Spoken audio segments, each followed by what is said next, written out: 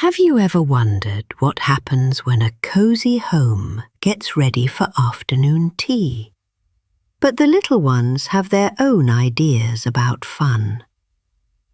Today's story will transport us to a beautiful sunlit garden filled with the scent of lavender, where we will learn that love is far more important than perfect clothes, guiding us into a deep, peaceful sleep. Once upon a time, in a beautiful stone cottage nestled deep within the rolling green hills of the English Lake District, there lived a dignified mother cat named Mrs. Tabitha Twitchit. Her home was always filled with the sweet, comforting scent of dried lavender and freshly baked shortbread.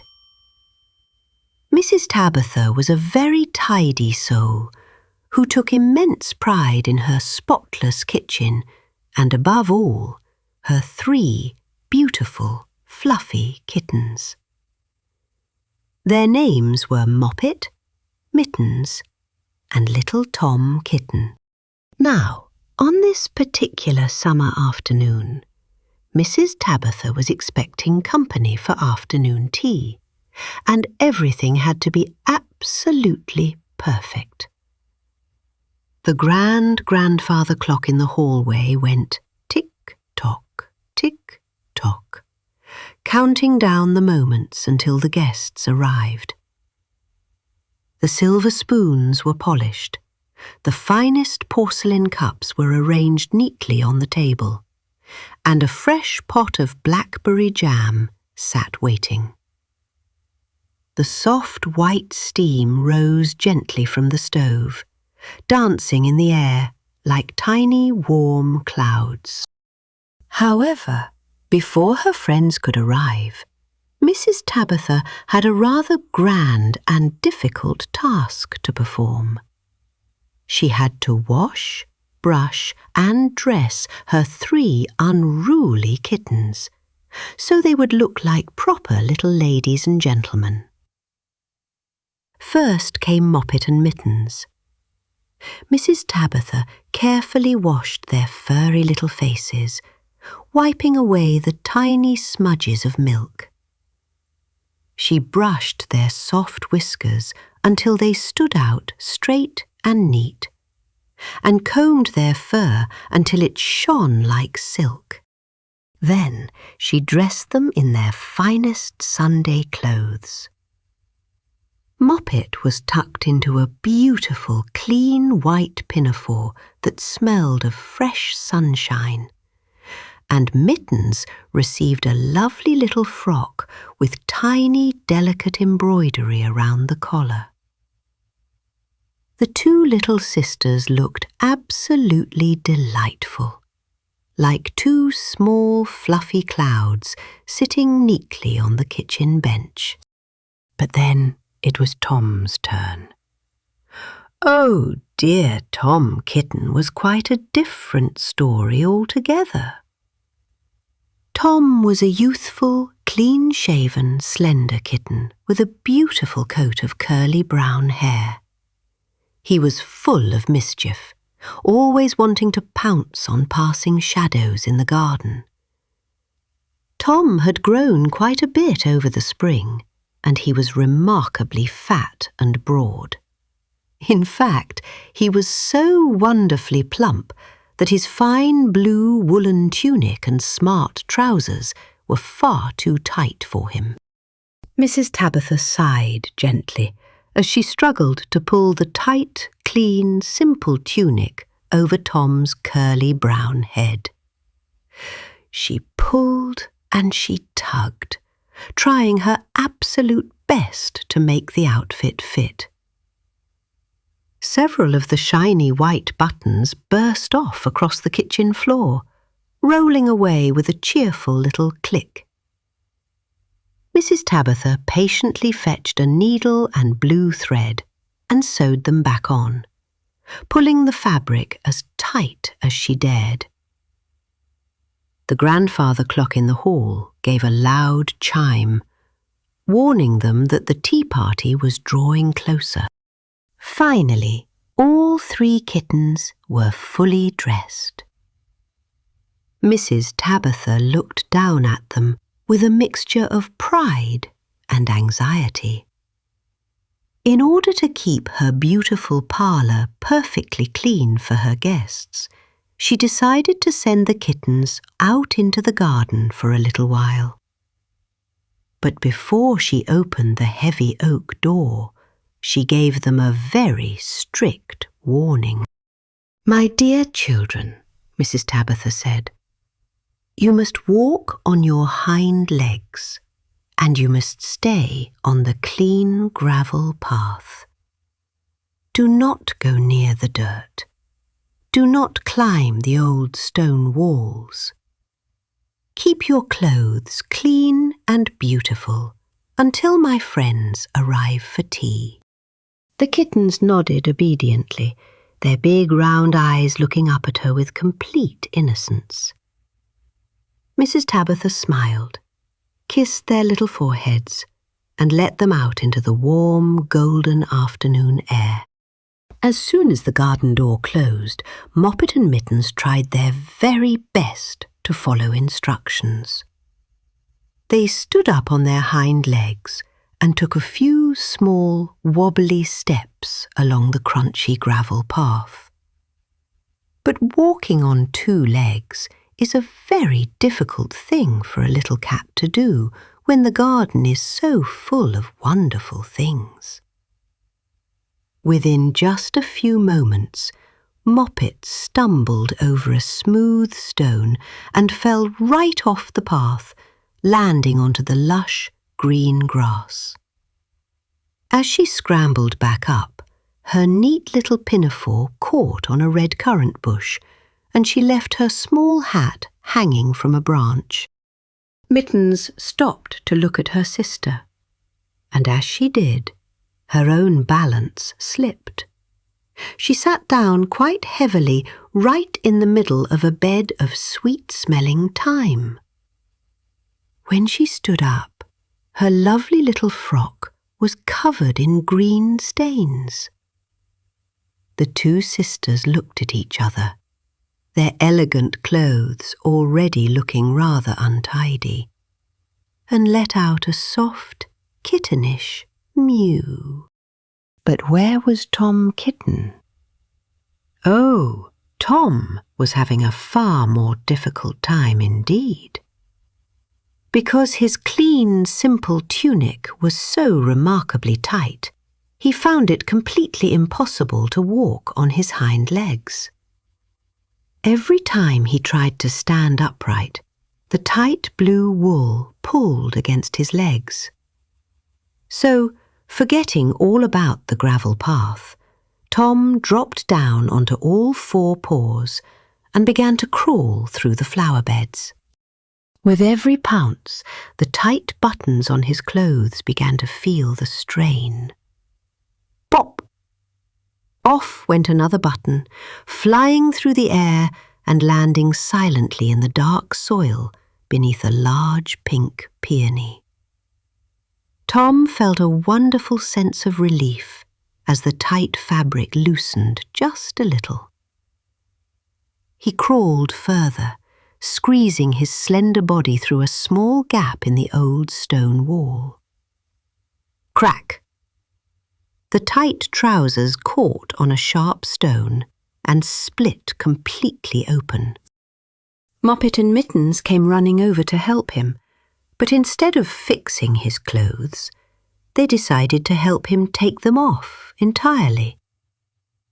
It was simply much too warm a day to be wearing heavy, tight wool. Together, the 3 kittens rolled in the grass, laughing and mewing happily as they pulled off the tight blue tunic. Tom, now free from his restrictive garments, shook his curly brown hair and let out a long, contented purr. He was finally just a normal, comfortable little kitten again. They gathered the bundle of fine clothes and placed them in a neat little pile on top of the sunny stone wall. Just as they did, they heard the sound of heavy, rhythmic footsteps coming from the other side of the garden. Tramp, tramp, tramp, splash, splash. Marching down the road in a perfectly neat single file came 3 large, cheerful ducks. The first duck was a very polite gentleman named Mr. Drake Duck, and behind him walked 2 elegant ladies, Mrs. Rebecca Puddle-Duck and her sister. They walked with a grand, dignified waddle, their yellow webbed feet clapping rhythmically against the warm stones.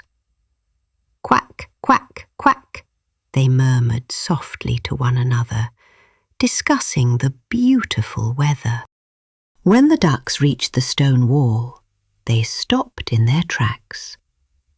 Their bright, curious eyes had spotted the colourful pile of clothes left behind by the kittens. Mr. Drake Duck stepped forward, tilted his head to one side, and looked at the blue woolen tunic with great interest. Moppet, who was watching from behind a large fern, stepped out and gave a polite little curtsy. "Good afternoon, dear ducks," she said. "Would you be so kind as to help us? We have managed to lose our clothes, and we cannot seem to put them back on properly." Mr. Drake Duck smiled a wide, duckish smile. "Quack! It would be an honour to assist you," he replied politely. He waddled over to the wall, but instead of handing the clothes back, he picked up Tom's tight blue tunic in his yellow beak. With a grand flourish, he managed to slip his own large wings through the armholes. The tunic was an incredibly tight fit for a duck, making his white feathers puff out in the most ridiculous way. But Mr. Drake Duck looked immensely proud of himself. Mrs. Rebecca Puddle-Duck and her sister looked at the remaining clothes and decided they wanted to join in the fun too. Rebecca picked up the neat white pinafore and managed to tie it around her neck, while her sister took the small hat and placed it carefully between her ears. The 3 ducks looked absolutely absurd, dressed in the finest Sunday clothes of 3 little kittens, but they were utterly delighted. "Quack, quack! We look exceedingly grand today," Mr. Drake Duck announced. And with that, the 3 ducks turned around and continued their march down the path towards the high road, waddling and splashing happily. Tom Kitten, Moppet and Mittens stood on top of the wall and watched them go, their little tails twitching with amusement. Tom, looking slender and handsome in his natural curly brown fur, felt a great weight had been lifted from his shoulders. Without the tight, itchy clothes, he could climb, jump, and run as fast as he wanted. The 3 kittens began to play a merry game of tag, leaping over the marigolds through the warm summer air, completely forgetting about the afternoon tea. Meanwhile, back inside the cosy cottage, the grandfather clock gave another loud, deep chime. It was exactly 4 o'clock. Mrs. Tabitha Twitchit had just finished baking her last batch of sweet biscuits. The kitchen smelled wonderful, and the tea was brewing perfectly in the beautiful porcelain pot. She smoothed down her clean apron and opened the garden door to call her beautifully dressed children inside. "Moppet! Mittens! Tom!" she called out cheerfully. But when she stepped out onto the gravel path, she stopped dead in her tracks. Her jaw dropped, and her eyes went wide with complete dismay. There, right in the middle of her beautiful flower beds, were her 3 kittens. They had absolutely no clothes on at all.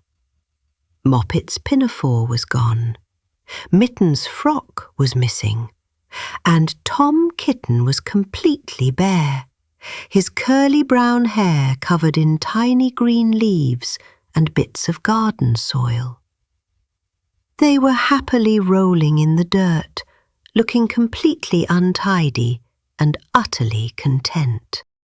"Oh, my goodness gracious me!"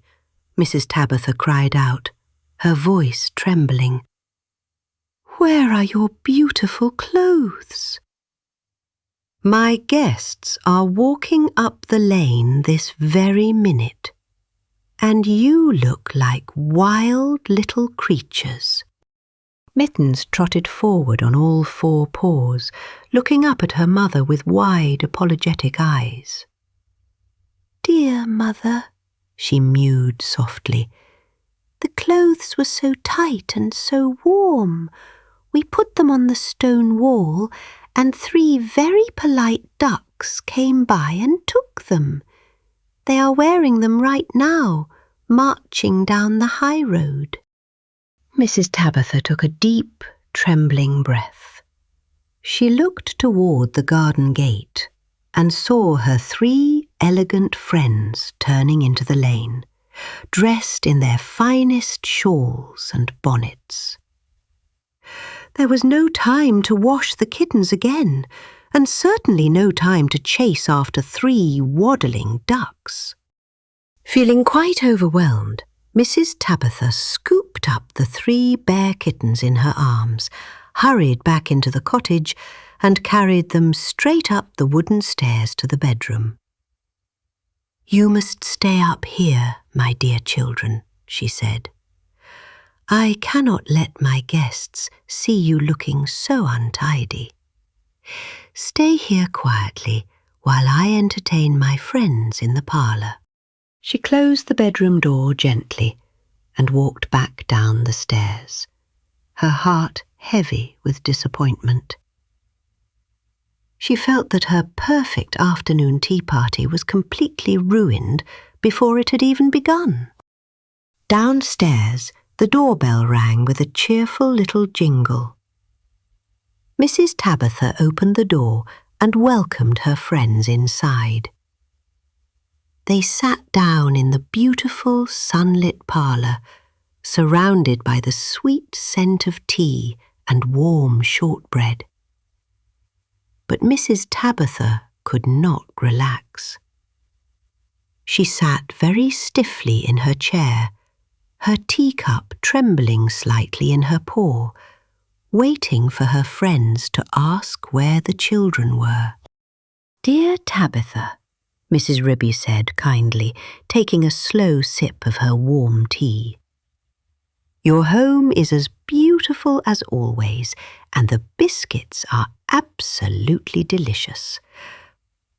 But where are your lovely children? We were so looking forward to seeing them." Mrs. Tabitha looked down at her lap, her ears flattening slightly with embarrassment.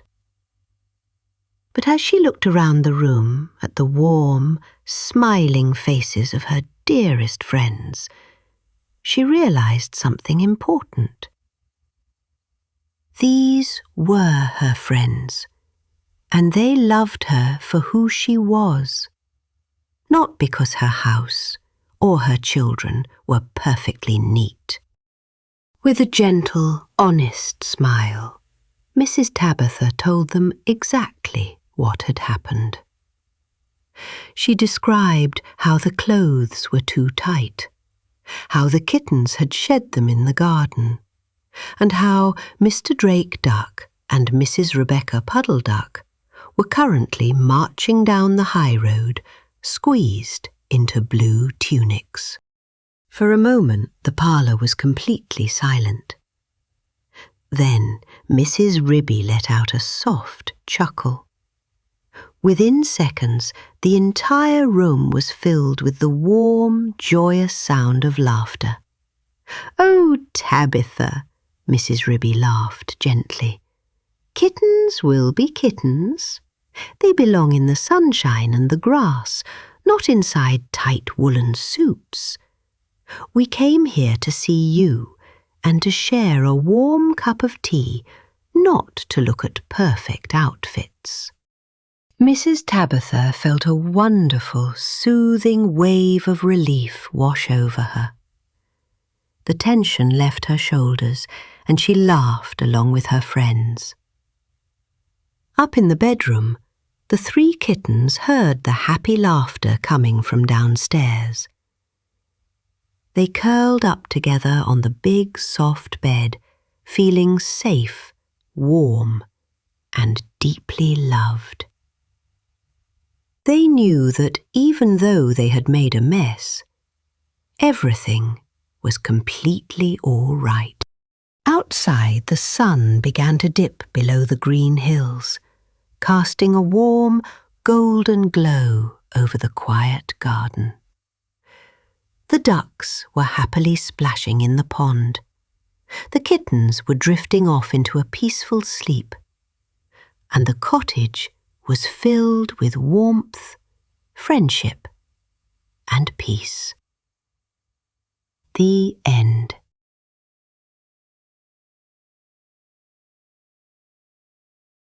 Welcome to Grandma's Tales. Today we have a beautiful bedtime story for toddlers and young children about a little duck who wanted to find the perfect, quiet place to rest. Have you ever wondered where the clouds go when they touch the tops of the trees? Tonight, we will follow a little duck on her peaceful journey, leading us to a quiet place where sleep comes easily. Let us begin our story. Once upon a time, there was a beautiful farm near a blue lake, surrounded by soft green hills and tall, quiet trees. On this farm lived a little duck named Jemima Puddle-Duck. Jemima was a lovely duck with clean white feathers, a bright yellow beak, and a very kind heart. She loved to waddle around the farmyard, greeting the sheep, the cows, and the little yellow chicks. But Jemima had one big wish that made her feel a little sad every spring. She wanted to hatch her very own eggs and see her own little fluffy ducklings grow up. However, the farmer's wife was always very busy. Every time Jemima laid a beautiful, smooth egg in the farmyard, the farmer's wife would come and take it away to put it in a safe basket. The farmer's wife thought that Jemima was not patient enough to sit on her eggs for many weeks. Jemima felt very sad about this. She did not want her eggs taken away. She wanted to care for them herself, to keep them warm under her soft feathers, and to hear the tiny peep, peep of her babies. So Jemima decided to make a secret plan. She decided that she would find a hiding place far away from the farmyard where nobody could find her. First, she tried to hide her eggs inside the old hay barn. She found a dark, cozy corner behind some sweet-smelling straw. But the farm boy found them when he was clearing the hay. Then she tried to hide them near the giant wooden wheel of the watermill. but the miller found them too. Jemima knew she had to leave the farmyard completely to find a quiet spot in the wild woods. One lovely quiet afternoon in spring, Jemima rose up early from the pond. The weather was warm, and a gentle breeze was blowing through the green grass. To make herself look very proper for a journey, Jemima put on her favourite clothes. She put on a beautiful shawl with a pattern of tiny blue flowers, and she tied a lovely blue bonnet under her yellow beak. She waddled down the dusty farm path, looking left and right to make sure nobody was watching her. When she reached the edge of the farm, near the big wooden gate, Jemima took a running start. She flapped her white wings up and down, up and down. She was not used to flying very far, but the wind was kind and lifted her gently into the air. She flew higher than the barn, higher than the tall oak trees, and soon she was gliding beautifully across the bright blue sky. She looked down and saw the fields looking like a green carpet, and the farm animals looking as small as little toys. Jemima enjoyed the flight. The air felt cool and soft against her feathers. She flew over the rolling hills and towards a deep, quiet forest. The forest looked peaceful, filled with tall pine trees that rustled gently in the wind. Jemima decided that the woods would be the perfect place to build her secret nest. She began to fly downward, circling lower and lower, until she landed with a soft thump in a beautiful, sunny clearing inside the forest. The clearing was filled with soft green moss and pretty wild flowers. In the middle of the clearing, sitting on a dry tree stump, was a very handsome gentleman. He had long, sandy-coloured whiskers, a beautiful red coat, and a very long, bushy tail. He was reading a newspaper and enjoying the warm sunshine. When Jemima landed, the gentleman looked up. He did not look angry.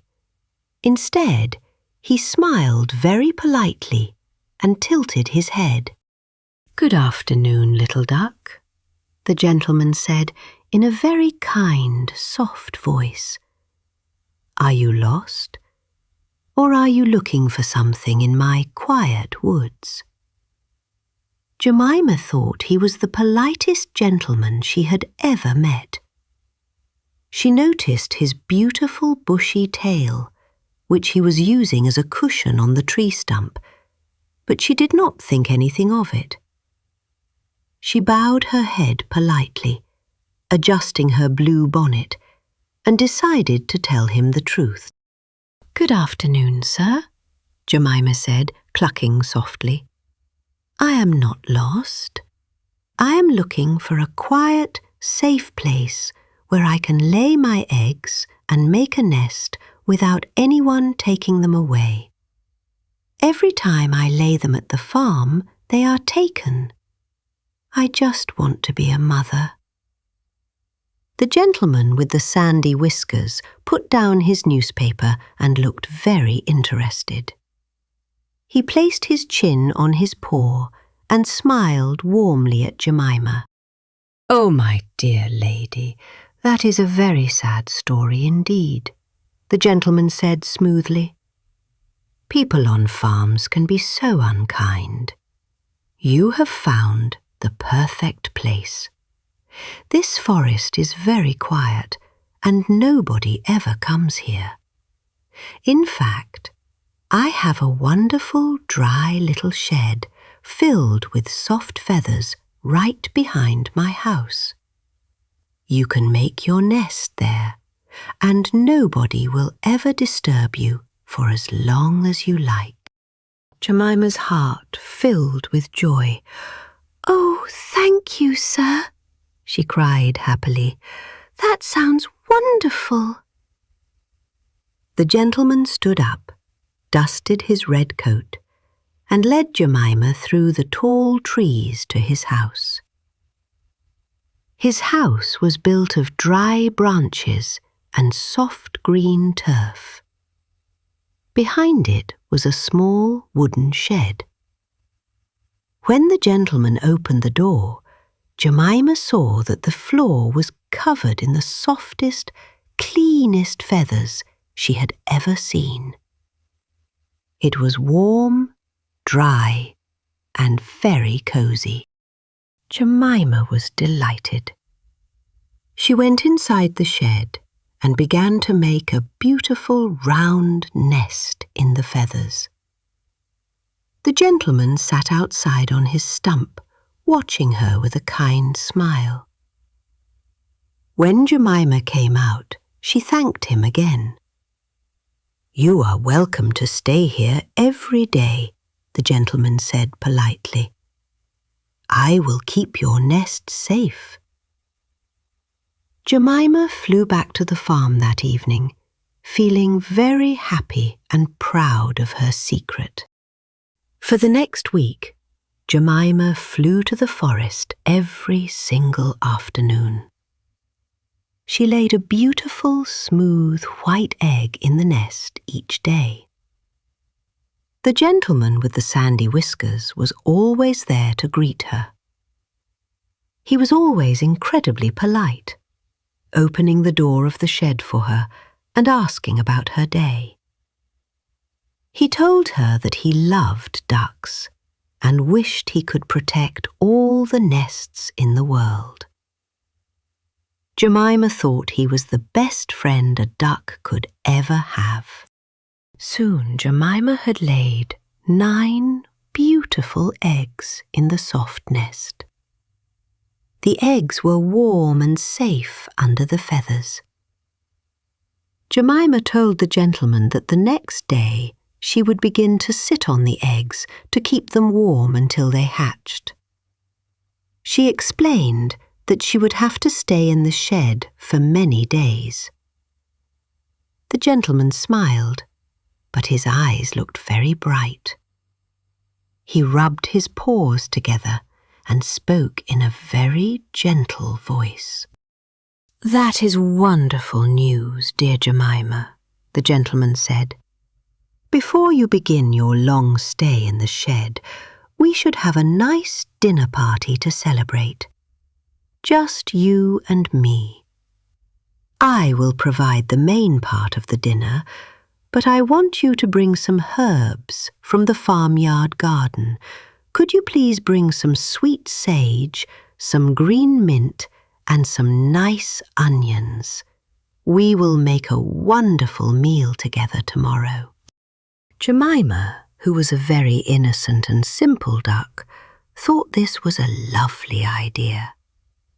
She did not know why he wanted onions and sage, but she wanted to please her polite friend. She flew back to the farmyard and walked into the kitchen garden. She began to pick the green mint leaves and the sweet sage with her yellow beak. She also found some small onions growing in the soil and pulled them out carefully. While Jemima was collecting the herbs, a wise old collie dog named Kep walked into the garden. Kep had a beautiful black and white coat, long, soft ears, and very kind, clever eyes. He was the guardian of the farm, and he loved all the animals. Kep had been watching Jemima for several days.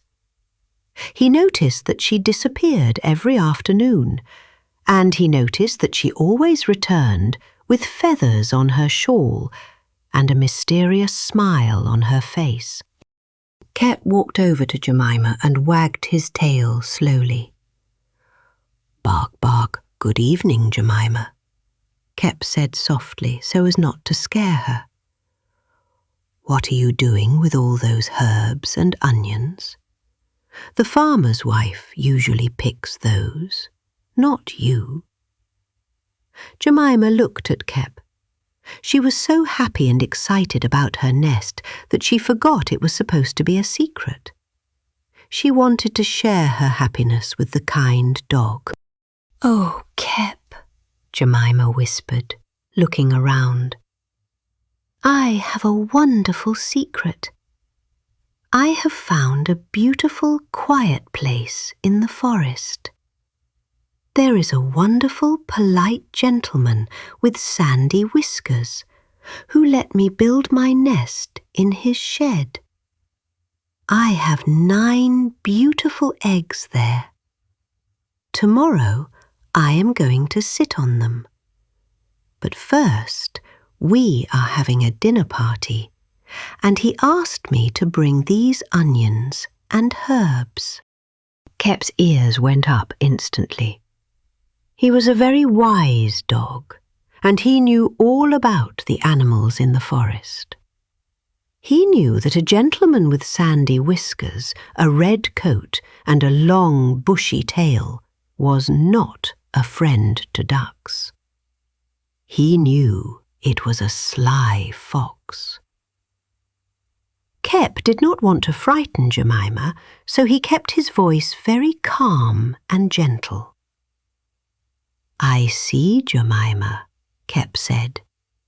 "That sounds like a very interesting gentleman. Tell me, where exactly is this beautiful shed?" Jemima told Kep exactly how to find the clearing and the little house made of branches. Kep nodded his head wisely. "Thank you, Jemima. Go along now and get ready for your big day tomorrow." Jemima thanked Kep and went to the barn to sleep, feeling happy that her eggs would soon hatch. But Kep did not go to sleep. He walked quietly to the back of the stable, where 2 young, strong foxhound puppies were resting. Kep woke up the 2 puppies. They were big, friendly dogs with strong legs and loud voices. Kep explained the situation to them in a low whisper. "Jemima is in danger," Kep said. "A sly fox in the woods has tricked her. We must go to the forest tomorrow morning and save Jemima and her eggs before it is too late." The puppies wagged their tails and nodded. They were ready to help. The next morning, Jemima woke up early. She picked up the bundle of onions, sage, and mint and tied it securely into her shawl. She took off into the air, flying towards the forest. The sun was rising, painting the sky in beautiful colours of gold and pink. Jemima felt so proud. She landed in the clearing and walked straight to the little wooden shed, ready to start sitting on her 9 beautiful eggs. The gentleman with the sandy whiskers was already waiting outside. When he saw Jemima with the herbs, his eyes sparkled. "Ah, the onions and the herbs," he said smoothly. "Perfect. Please, my dear Jemima, go straight into the shed and look after your eggs. Do not come out until I call you. I will prepare everything outside." Jemima nodded and went inside the shed.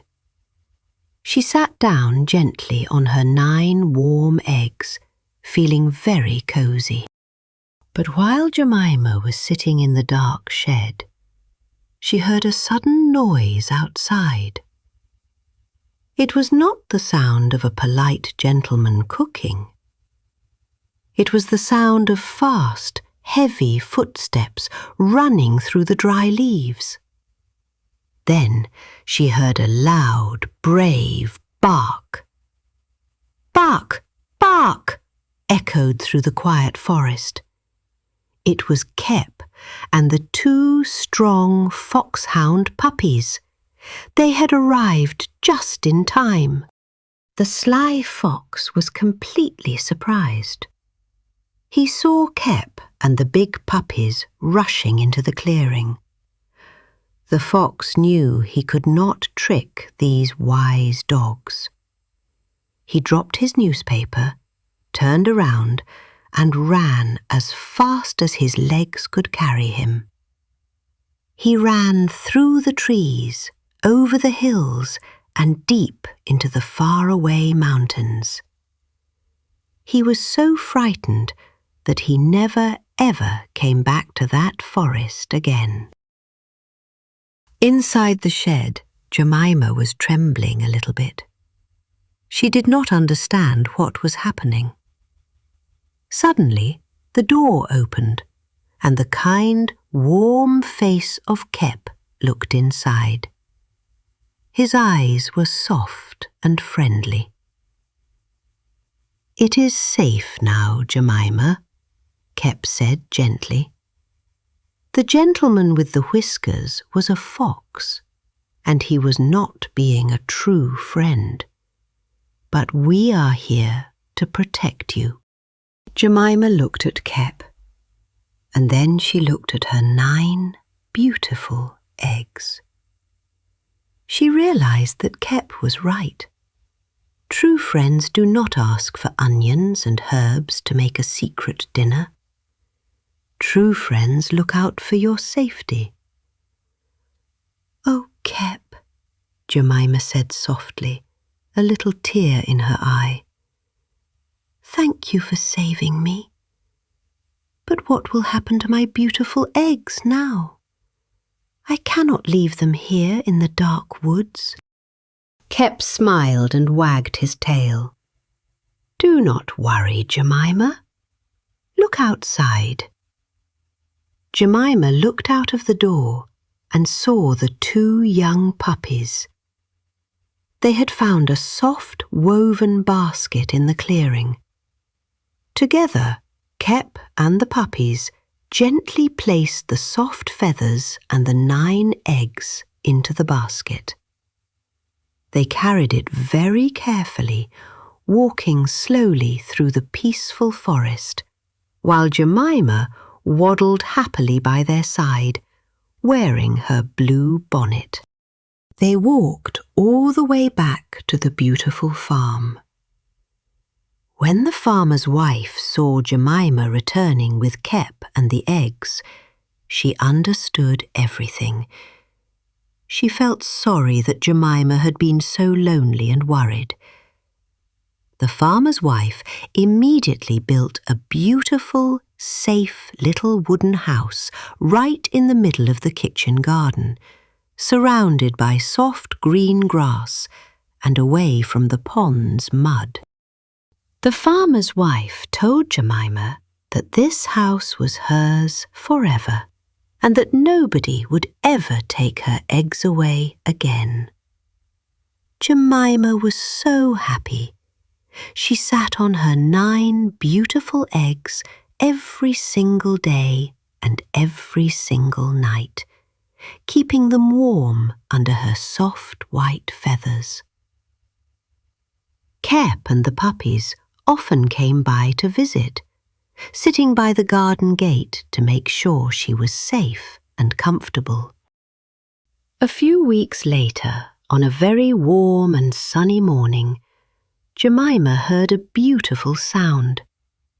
Crack, crack, crack went the smooth white shells.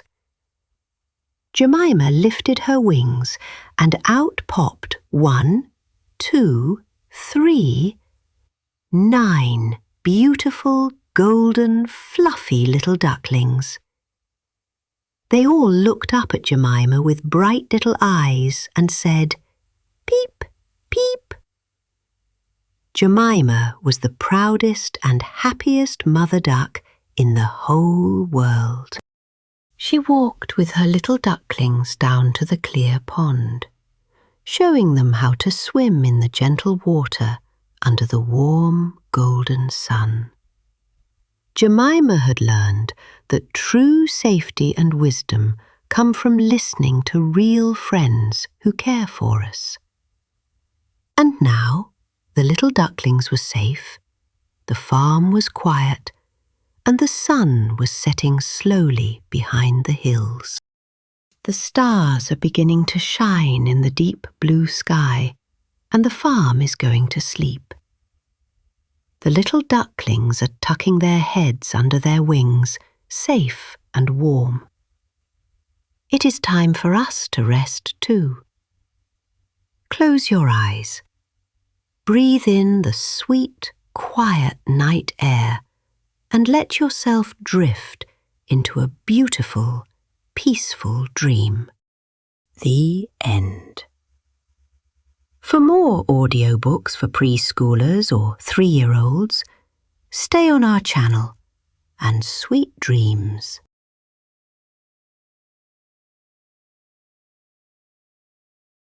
Welcome to Grandma's Tales audiobook. Today we have a beautiful bedtime story for toddlers, preschoolers, and anyone who loves the quiet magic of nature. This is a very peaceful story about a little frog and a misty pond. Have you ever wondered what the raindrops say when they tap gently against the green leaves of a water lily? Today, a little frog named Mr. Jeremy Fisher found something unexpected hidden beneath the soft grey clouds of a quiet morning. This story will lead us to the wettest, greenest, and quietest place in the world, where the cool water flows slowly, and sleep comes easily to every little creature. As you listen to the rhythmic patter of the rain and the slow rustle of the reeds, your eyes will grow heavy, and you will feel as safe and cozy as a frog in his warm, damp home. Mr. Jeremy Fisher lived in a little house made of soft earth and smooth river stones, nestled tightly among the tall, whispering buttercups at the very edge of a wide, still pond. The water in the pond was as clear as glass, reflecting the soft grey of the morning sky and the gentle shapes of the weeping willows that dipped their long branches into the stream. The mud in Mr. Jeremy's front passage was wonderfully slippery and wet, and he loved nothing more than the feeling of the cool, damp earth beneath his webbed feet. Whenever the weather was rainy and overcast, he would look out of his small, round window with a happy sigh, for there was nothing a frog loved more than a beautiful, drizzly day. On this particular morning, as Mr. Jeremy stood on his doorstep, great big splashes of rain began to fall into the pond, creating perfectly round, expanding circles on the surface of the water. The raindrops made a lovely rhythmic sound, plop, plop, pitter-patter, against the broad leaves of the water lilies. Mr. Jeremy looked up at the sky, his big, bright eyes shining with quiet excitement. He wore a smart little waistcoat of faded green and a soft yellow linen shirt. But because of the rain, He pulled on a pair of shiny black galoshes and a grand protective mackintosh made of smooth, waterproof rubber. "I will go fishing today," Mr. Jeremy said to himself in his small, croaky, yet incredibly soothing voice. He looked toward the corner of his cosy hallway, where his most precious possession rested against the smooth stone wall. It was a beautiful, ancient fishing rod made from a slender, dried reed, fitted with a tiny, gleaming brass reel that had a small handle carved from a piece of smooth river shell. This brass reel was his dearest companion, a true talisman of his quiet life by the water. Whenever he held it, the cool metal and the familiar, soft click, click, click of the turning handle gave him a profound sense of peace and confidence. But Mr. Jeremy knew he had to be mindful of the time. He looked up at the old wooden sundial near the reeds, and then at the thickening mist. The soft, silvery mist that was beginning to rise from the far side of the water. He knew that when the sun began to sink below the horizon, the thick evening fog would roll in and cover the entire pond like a heavy velvet blanket. He had promised his dear friends, Sir Isaac Newton and Alderman Ptolemy Tortoise, that they would have a wonderful dinner together tonight. He wanted to catch at least 5 small, delicious minnows before the mist grew too dense and the clock of the sky signalled the end of the day. With his slender reed rod in one hand and his precious brass reel secured tightly, Mr. Jeremy stepped out into the gentle rain. He did not use a wooden boat, for a frog has a much better way of navigating the calm waters of a pond. He walked down to the water's edge and untied his favourite vessel, a magnificent, broad, round, green leaf of a water lily. It was perfectly flat and floated beautifully upon the surface, bobbing up and down with the gentlest movements of the current. Mr. Jeremy stepped carefully onto the centre of the leaf, adjusted his shiny galoshes, and used a long, smooth hazel twig to push himself away from the shore. The lily-leaf boat slid smoothly across the water, moving into the open spaces of the pond, where the water was deep and incredibly quiet. Mr. Jeremy sat down cross-legged in the middle of his green raft, letting the hazel twig rest by his side. The pond was alive with a slow, hypnotic motion. Slender water skaters danced with impossibly light steps across the surface, leaving tiny, faint ripples that vanished almost as soon as they appeared. Beautiful, iridescent dragonflies with wings like spun glass hovered quietly above the tall green rushes, their bodies gleaming like tiny jewels in the soft, overcast light. Mr. Jeremy watched them with a peaceful smile, feeling completely at one with the gentle world around him. He paddled his leaf boat to a magical spot where the water lilies grew in great, crowded clusters, their large leaves overlapping to create a secret, shaded kingdom on the water. Here, beneath the green canopy, the water was dark and cool, a perfect place for little fish to swim. Mr. Jeremy took his reed rod, checked the tiny brass reel with a delicate touch of his webbed fingers, and cast his line into the water. The line floated down into the depths, and Mr. Jeremy settled in to wait.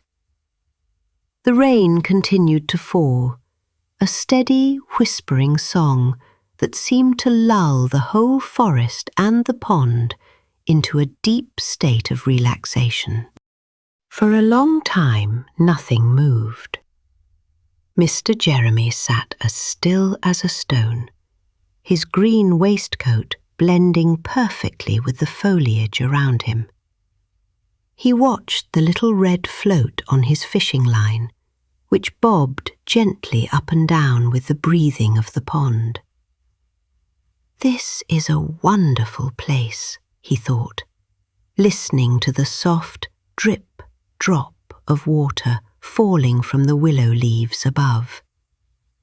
The air smelled of fresh rain, damp moss, and the sweet, clean scent of watermint.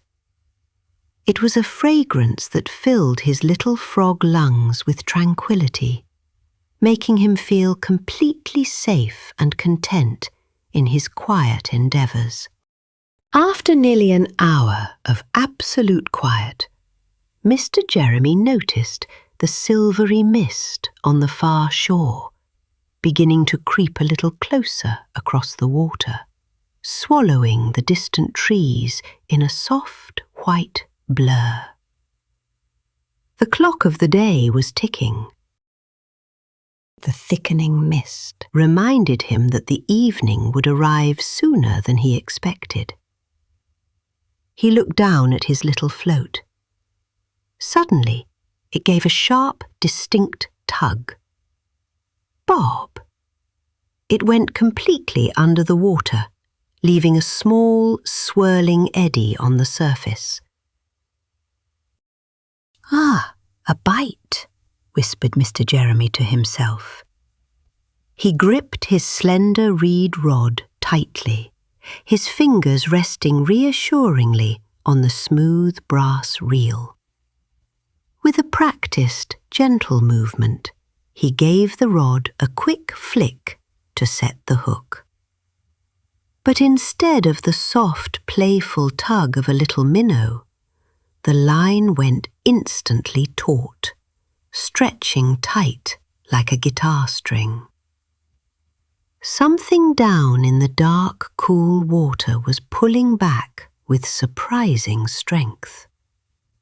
The brass reel gave a sharp, metallic click, click, click, as a little bit of line was drawn out into the depths. Mr. Jeremy reeled in slowly, carefully turning the tiny handle made of river shell. The water began to churn, and out of the deep green shadows rose a small, fierce-looking fish covered in sharp, defensive armour. It was a little stickleback, a creature with a row of formidable prickles along its back. The little fish was tossing and turning, thoroughly annoyed at being disturbed, and it splashed water all over Mr. Jeremy's nice, clean waistcoat.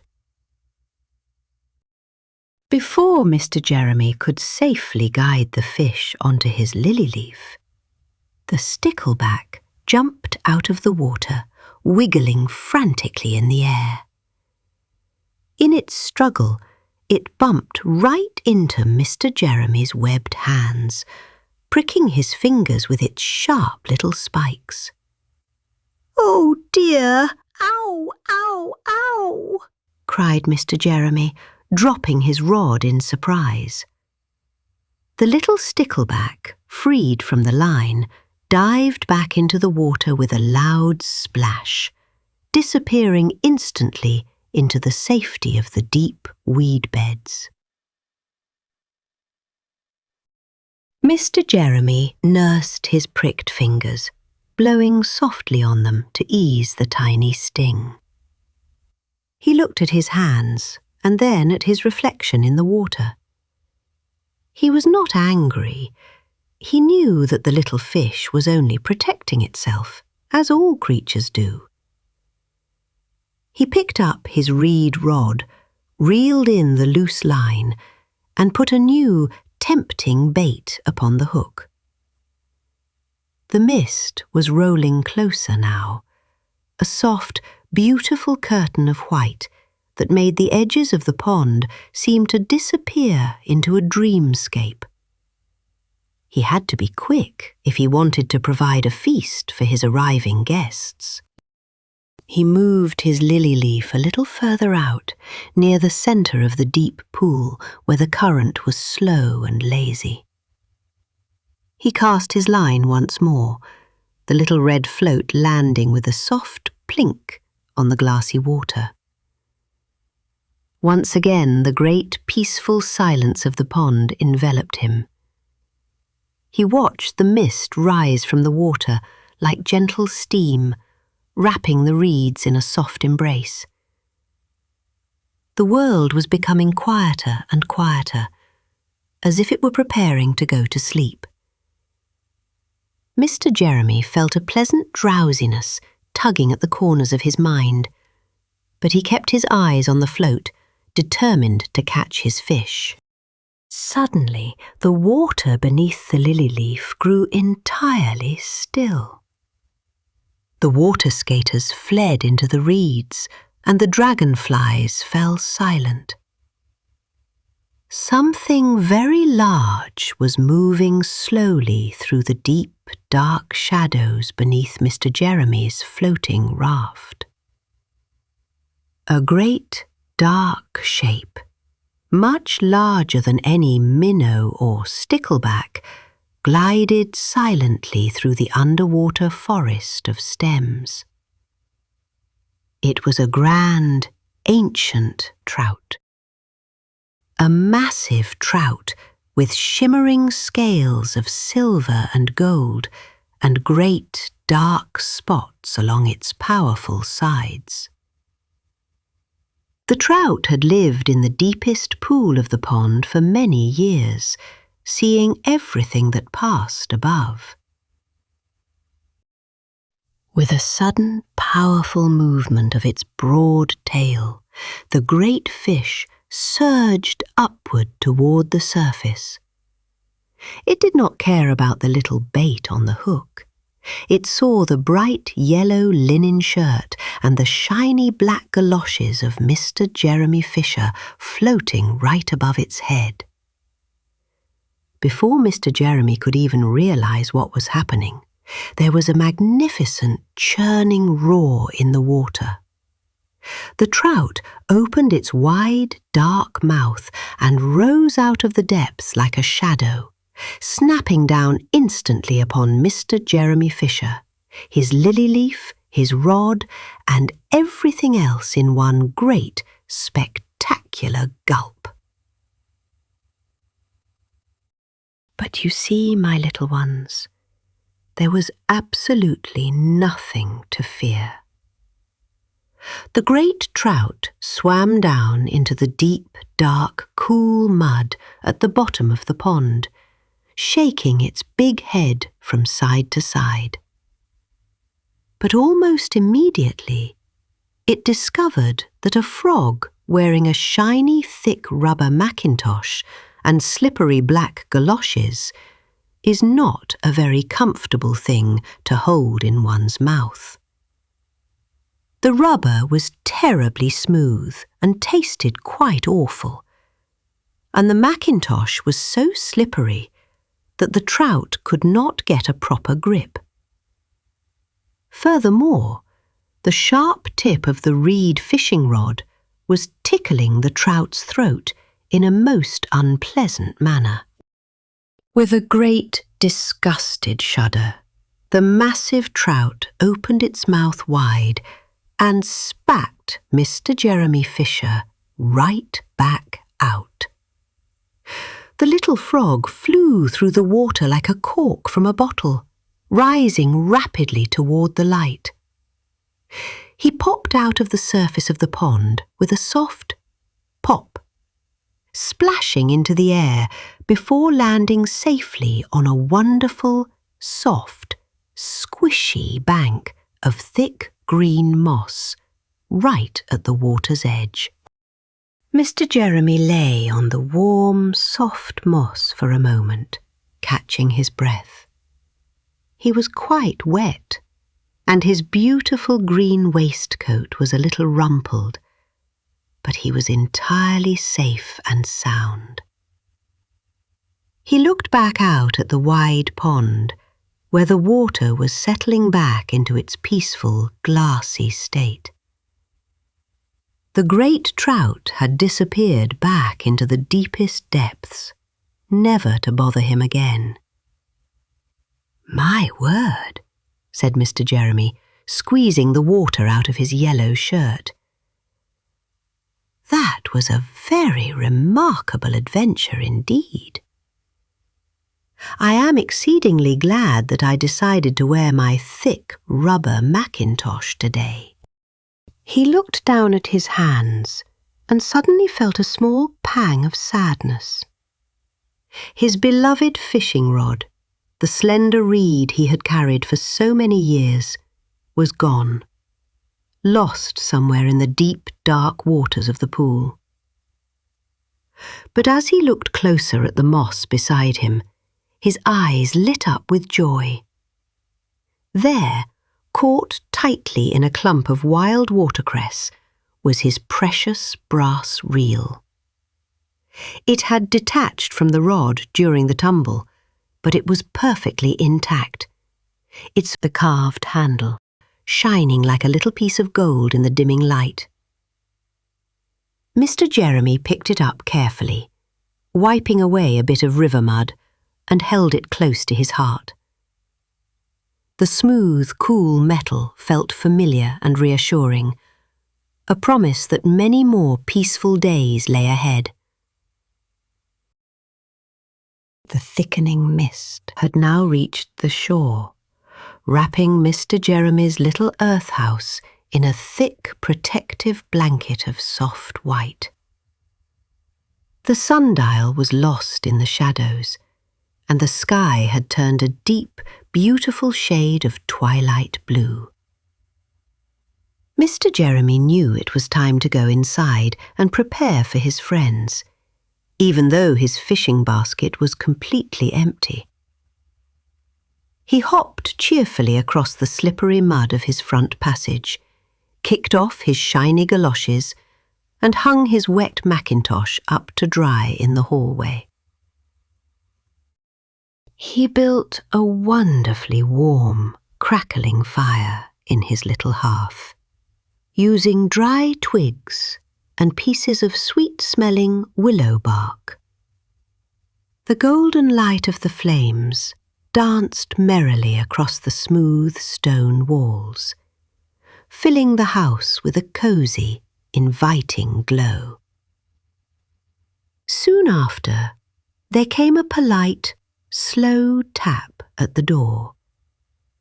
It was his dear friends, arriving just as the night began to fall. In walked Sir Isaac Newton, the handsome Newt, wearing his finest tailored coat of gold and black, his long tail sweeping gracefully behind him. Right behind him came Alderman Ptolemy Tortoise, walking with immense dignity and carrying a grand, crisp head of fresh green lettuce in a small wicker basket. They sat down on comfortable, low, mossy cushions around Mr. Jeremy's wooden table, the warmth of the fire soothing their damp skin after their walk through the evening mist. "I am terribly sorry, my dear friends," Mr. Jeremy said as he poured them cups of warm, sweet clover tea. "I have had a most eventful day, but I am afraid I have caught no fish for our dinner. A great trout took my rod, though I managed to save my dearest brass reel." Sir Isaac Newton smiled kindly, his dark eyes twinkling in the firelight. "Do not worry at all, my dear Jeremy," he said in a voice as smooth as river silk. "An empty basket means a full heart. For you are safe here with us, and that is the greatest treasure of all." Instead of minnows, Mr. Jeremy fetched a grand dish from his pantry. He prepared a beautiful, steaming roast of wild salad, mixed with sweet clover leaves and garnished with a delicate, creamy sauce made from water-lily nectar. Alderman Ptolemy Tortoise thoroughly enjoyed the feast, eating his lettuce very, very slowly, his jaws making a quiet, rhythmic crunch, crunch, crunch that sounded like autumn leaves underfoot. Sir Isaac Newton drank his tea with great politeness, telling wonderful quiet stories about the hidden tunnels beneath the old stone bridge. The three friends sat together for hours, safe from the damp cold and the thick white fog that now pressed softly against the window panes. Inside the little house among the buttercups, everything was filled with warmth, friendship, and the soothing sound of the crackling fire. Mr. Jeremy Fisher looked at his precious brass reel resting safely on the mantelpiece, and then at his dear companions.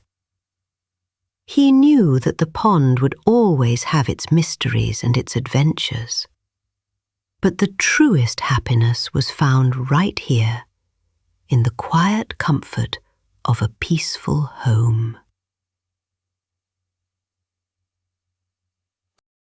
The story of the little frog and the great pond is now complete, and the night has arrived to carry all the small creatures into a deep, untroubled sleep.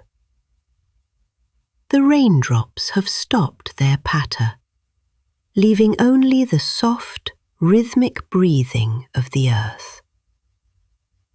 As the fire in Mr. Jeremy's hearth slowly fades to a warm, gentle ember, your mind can let go of every thought, drifting away into the quietest spaces of your dreams. The end. Thank you for listening to Grandma's Tales. Sleep well, little ones, and may your dreams be as peaceful as the misty pond. For more audiobooks for preschoolers or 3-year-olds, stay on our channel. And don't forget to visit Grandma again tomorrow for another comforting bedtime story. Good night.